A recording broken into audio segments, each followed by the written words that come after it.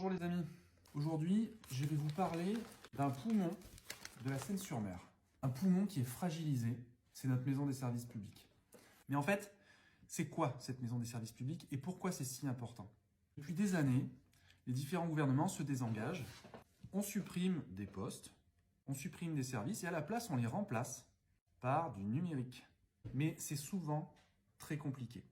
Il y a plein de gens qui n'y arrivent pas et ils ont besoin d'aide.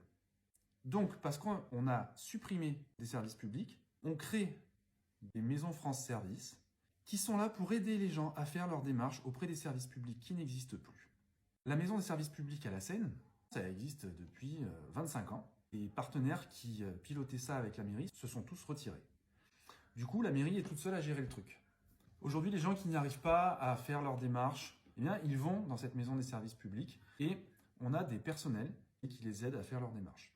Ce qui se passe aujourd'hui, c'est que ces personnels, on ne sait pas ce qu'ils vont devenir.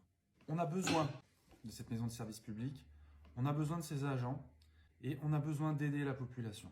Il y a plus de 40 000 personnes qui viennent dans cette structure tous les ans.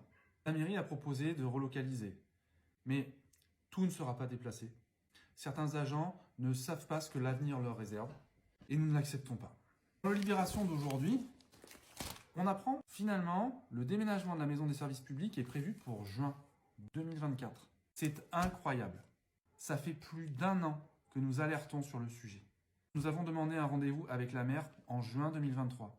Nous avons obtenu un rendez-vous en août 2023. À ce moment-là, la maire m'a assuré que le déménagement aurait lieu en novembre.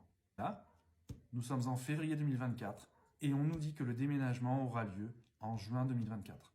Bref, cette équipe, elle ne sait pas de quoi elle parle. Ils se désintéressent du sujet. On ne peut pas leur faire confiance.